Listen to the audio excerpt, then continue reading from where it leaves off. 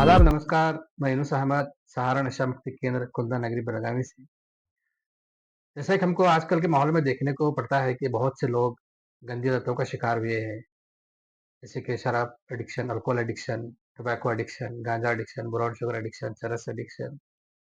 ऐसे बहुत से ड्रग्स मार्केट्स में अवेलेबल हैं, जिसके लोग क्या हो रहे हैं, डे बाय डे उसकी आदत का शिकार होते जा रहे हैं।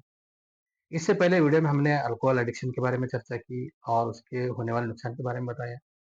उसके बाद टोबैको एडिक्शन, इससे होने वाले नुकसान के बारे में बताया। तो आज हम जो है ना कैनाबिस एडिक्शन के बारे में चर्चा करेंगे। ये कैनाबिस है क्या? जिसे हम मामूली ज़ुबान में से बोलते हैं गांजा एडिक्शन। तो कैनाबिस ये क्या है?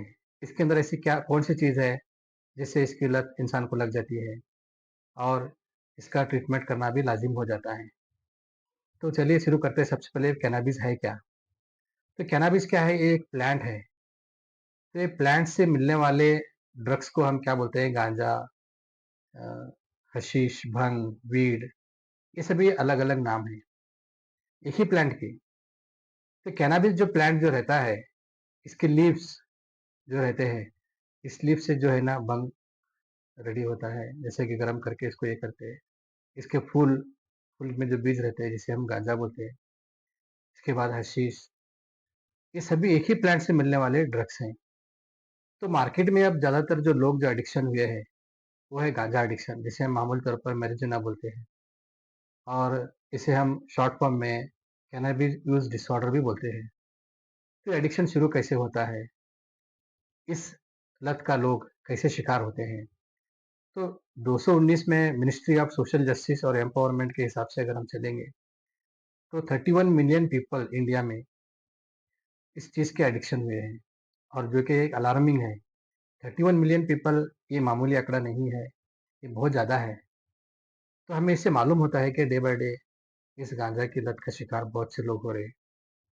तो चलिए शुरू करते हैं कि गांजा या एडिक्शन कैसे है, कैसे ये लत इंसान को लग जाती है। तो इससे पहले हम क्या ये कैनाबिस है क्या? इसके बारे में हम चर्चा करेंगे कि कैनाबिस के अंदर क्या है? ये प्लांट्स के अंदर वो कौन-सी चीज़ रहती है, कौन-सा केमिकल रहता है, जिससे इंसान उसका आदी हो जाता है। तो कैनाबिस ये एक प्लांट है, इसके अंदर टीएचसी एक केमिकल रहता है, जिसको हम टेट्राहाइड्रोकैनाबिनॉल बोलते हैं, जो कि माइंड के डोपामाइन को क्या करता है, बूस्ट करता है, जिसकी वजह से इंसान के दिमाग के बूस्ट होने की वजह से उसके अंदर एक उत्साह, एक खुशी, एक कंफर्टेबल फील उसके अंदर आना शुरू हो जाता है। तो ये केमिकल की वजह से इंसान को क्या लगता है कि ये और मैं इसको स्मोक करूँ और मैं इसको लूँ। क्योंकि ज़्यादातर गांजा का जो सेवन जो रहता है या लिक्विड में रहता है या फिर इसको स्मोकिंग में यूज़ करते हैं। तो ज़्यादातर अब तक जो ज़्यादातर जो यूज़ होता है, वो स्मोकिंग में ही यूज़ होता है, जिसे हम मामूली तौर पर गांजा बोलते हैं आमतौर पर। तो टीएचसी जो रहता है, टेट्राहाइड्रोकैनाबिनॉल जो रहता है, ये एक तरह का केमिकल है जो सीधा माइंड को बूस्ट करता है।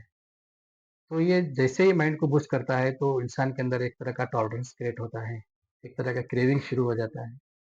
तो एक टॉलरेंस और क्रेविंग क्या रहता है, डे बाय डे बढ़ना शुरू हो जाता है, जिसकी वजह से ये इंसान क्या होता है, इस लत का शिकार हो जाता है। तो इस मज़े के लिए, इस खुशी के लिए, इस प्लेज़र के लिए, इस एडिक्शन का, इस लत का क्या हो जाता है, वो शिकार हो जाता है।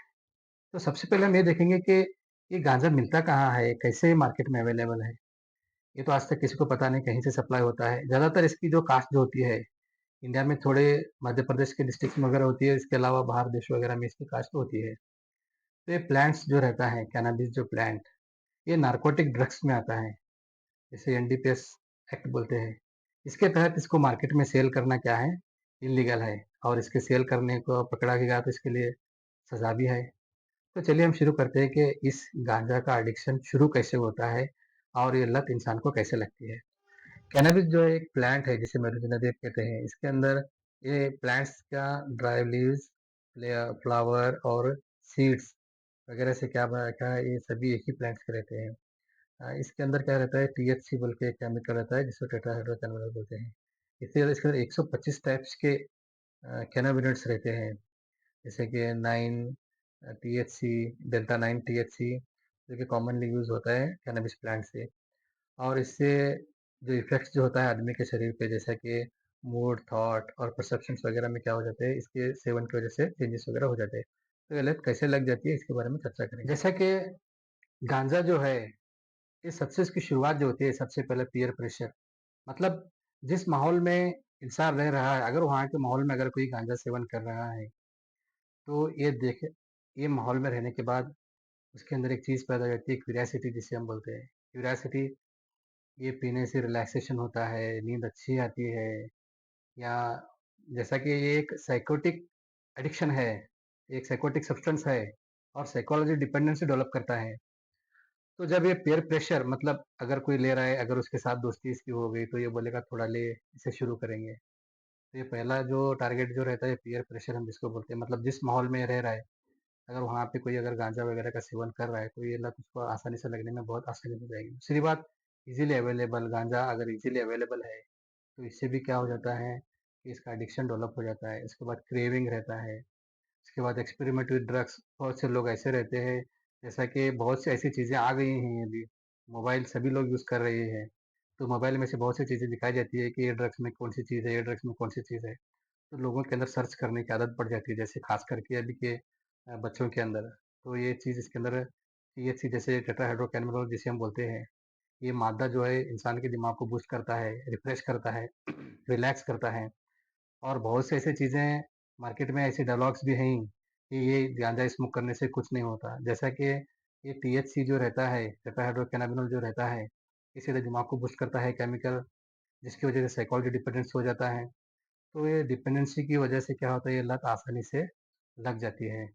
तो इसके अलावा बहुत से लोगों में ये भी रहता है कि गांजा लेने से कुछ नहीं होता, कोई प्रॉब्लम्स नहीं होता, मतलब इससे कोई शरीर को इफेक्ट नहीं होता या दिमाग को कोई असर नहीं होता। ऐसे मिसकॉन्सेप्शन जो मार्केट में जो है, ये इसकी वजह से भी बहुत से ज़्यादा लोग क्या है इस गांजे की लत का शिकार। जब गांजा की लत किसी इंसान को लग जाती है, तो सबसे पहले उसके अंदर जो साइंस और सिम्टम्स जो देखने मिलते हैं, वो बिहेवियरल साइंस में देखना पड़ता है। जैसे कि उसके अंदर लॉस ऑफ कंट्रोल, वो अपने आप को काबू नहीं करेगा अपने बिहेवियर्स को, बहुत ज़्यादा गुस्सा हो जाएगा, अग्रेसिव हो जाएगा, घर में झगड़ा फसाद करेगा या बाहर भी कुछ लोगों के साथ झगड़ा फसाद करके लेगा। ये सब जब एडिक्शन उसको लग जाता है या फिर उसको गांजा वगैरह नहीं मिलता, तो उसकी तलाश के लिए भी वो बहुत से कोई एक्टिविटीज ऐसा करेगा जिसकी वजह से उसको हार्मफुल इफेक्ट भी उसके हो सकते हैं। दूसरा जो है नेग्लिजेंस इन रिस्पॉन्सिबिलिटीज, घर की जिम्मेदारी को नहीं संभाल के लेगा, जैसे काम को जाना है या किसी के काम करना है या किसी की हेल्प करना है, तो ये सब चीज़ें के अंदर उसका ध्यान नहीं रहेगा। तो तीसरा जो रहता है इसके अंदर सोशल आइसोलेशन, मतलब यहाँ पे वो अपने आप को अलग समझ के लेगा। उसके अंदर ऐसे उसका दिमाग इतना डोपामाइन इतना हाई लेवल में हो जाएगा कि वो समझेगा कि मैं टैलेंट हूँ और मुझे सब मालूम है, मुझे क्या करना है, क्या नहीं करना है। इतनी इतनी चीज़ें उसके अंदर दिमाग में भर जाएँगी कि वो सबको एक अलग समझने लगेगा और अपने अपने पर्सनैलिटी को एक अलग समझने लगेगा। तो यहाँ पे जो सोशल आइसोलेशन जो वो क्रिएट करके लेगा, तो उसको समझ में नहीं आता कि वो जो कर रहा है सही है या गलत है। जब कोई उसको बताने भी जाएगा कि ये गलत है, तो समझेगा कि नहीं, बोलेगा ये मैं जो कर रहा हूँ यही सही है और तुम जो कर रहे हो ये सभी क्या है, गलत है। तो इस तरह से behavioural sign, loss of control, negligence of responsibilities और सोशल आइसोलेशन, ये इसके क्या है, ये बिहेवियरल साइंस हैं कि इसके ये लग चुकी है, इसको पहचानने के लिए। दूसरा जो रहता है फिजिकल और साइकोलॉजिकल सिम्टम्स, मतलब शारीरिक तौर पर और मानसिक तौर पर इसको क्या सिम्टम्स कैसे पहचान सकते हैं। सबसे पहला जो रहेगा टॉलरेंस रहेगा, जैसा कि साइकोलॉजिकल इश्यू जो रहेगा, मतलब अभी उसको गांजा नहीं मिला तो गांजा ज़्यादा लेने की कोशिश करेगा, सुबह में, दोपहर में, शाम में, मतलब जब भी उसको टाइम मिलेगा वो टाइम में गांजा क्या करेगा, ये स्मोक करेगा। क्योंकि ये लत जो रहती है, मतलब THC जैसे बताया मैं, टेट्राहाइड्रोकैनाबिनॉल जो रहता है, वो डोपामाइन को बूस्ट करता है। जब ये बूस्ट करता है तो वो ज़्यादा देर तक नहीं रहता, ये सिर्फ शॉर्ट टर्म के लिए रहता है। तो ये अपने शॉर्ट टर्म को बढ़ाने के लिए, लॉन्ग टर्म करने के लिए, इसके अंदर क्या रहेगा, ये ज़्यादा से ज़्यादा स्मोक करने की कोशिश करेगा, जिसे हम क्या बोलते हैं, इंक्रीज टॉलरेंस बोलते हैं।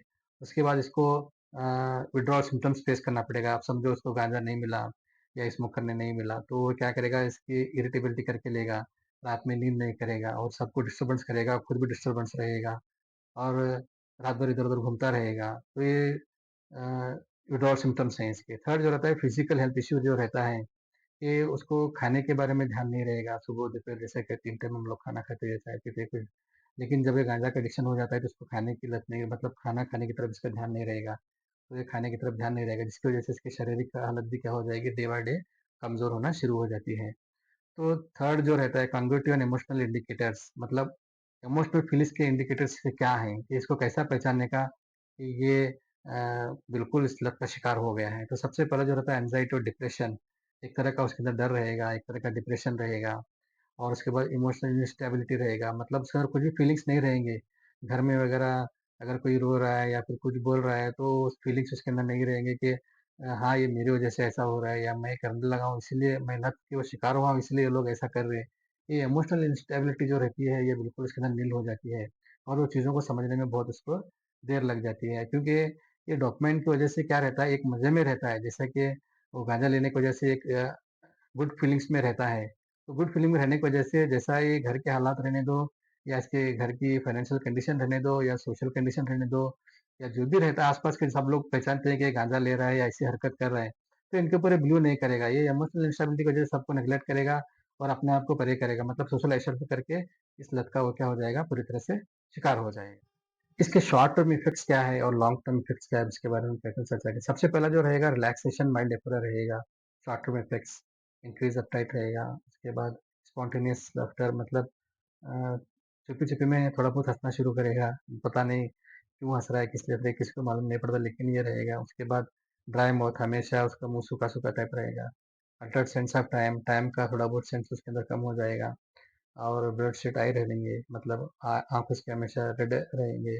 उसके बाद मेमोरी लॉस रहेगी, शॉर्ट टर्म मेमोरी रहेगी, जैसा कि कोई चीज़ किधर रखा है, कहाँ रखा है, कैसे किसने दिया, किसको लिया, ये इसको कुछ भी उसके अंदर ध्यान में नहीं रहेगा। उसके बाद इंक्रीज ब्लड प्रेशर क्या रहेगा उसका, इंक्रीज रहेगा। तो ये सभी जो ये शॉर्ट टर्म इफेक्ट्स है। अब लॉन्ग टर्म इफेक्ट्स में क्या आता है कि सबसे पहला increase after stress response system, मतलब ज़्यादातर स्ट्रेस करके बात करेगा, स्ट्रेस में रहेगा।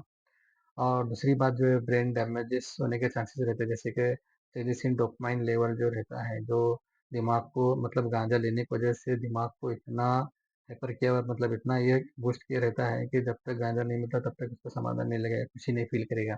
तो दूसरी दूसरी चीज़ों में खुशी भी नहीं फील करेगा, इसको गांजा मिला तो ये कंफर्टेबल लगेगा और कंफर्टेबल फील करेगा। उसके बाद थोड़े बहुत इसके अंदर साइकोसिस स्टार्ट हो जाते हैं, मतलब ये उसके एडिक्शन के ऊपर डिपेंड रहता है कि कौन सा साइकोसिस उसके अंदर क्या प्रॉब्लम्स कर रहा है बोल के। उसके बाद मोटिवेशनल सिंड्रोम्स नहीं रहेगा, मतलब नेगेटिव रिस्पॉन्स ज़्यादा रहेगा। उसके बाद रिस्क ऑफ कैंसर होने के ज़्यादातर चांसेस रहते हैं, क्योंकि ज़्यादातर स्मोक किया रहता है, तो जितना भी स्मोक किया रहता है वो तो लंग्स में चला जाता है। तो लंग्स के कैंसर होने के भी चांसेस इसके अंदर ज़्यादातर रहते हैं, जैसे कि लंग, हेड या नेक, ये 3 टाइप के इसमें कैंसर होने के भी चांसेस रहते हैं। उसके बाद रेस्पिरेटरी प्रॉब्लम रहेगा, ज़्यादातर कफ, मतलब चेस्ट में ज़्यादातर जो रहेगा कफ रहेगा और लंग इन्फेक्शन रहेगा। और इम्यून सिस्टम में जो है बैक्टीरियल इन्फेक्शन रहेंगे, बैक्टीरियल इन्फेक्शन का प्रॉब्लम जिसको होगा। उसके बाद अ, उसका शरीर बिल्कुल एक तरह का, मतलब जो एक पावरफुल शरीर रहना चाहिए वो उसकी पावरफुल नहीं रहता, क्योंकि ये गांजा का जो एडिक्शन जो रहता है ये ज़्यादातर साइकोलॉजिकल इफेक्ट ज़्यादा रहता है इसके अंदर, शारीरिक तौर पर थोड़ा बहुत कम रहता है। मतलब प्रॉब्लम तो दोनों साइड रहेगा ही, लेकिन ये जो रहता है ये साइकोटिक सब्सटेंस जिसे हम बोल सकते हैं, ये एडिक्शन इसके अंदर रहता है। ज़्यादातर इसमें क्या रहेगा, साइकोसिस प्रॉब्लम्स ही ज़्यादा रहेंगे, तो ये लॉन्ग टर्म और ये शॉर्ट टर्म इफेक्ट्स इसके अंदर रहेंगे।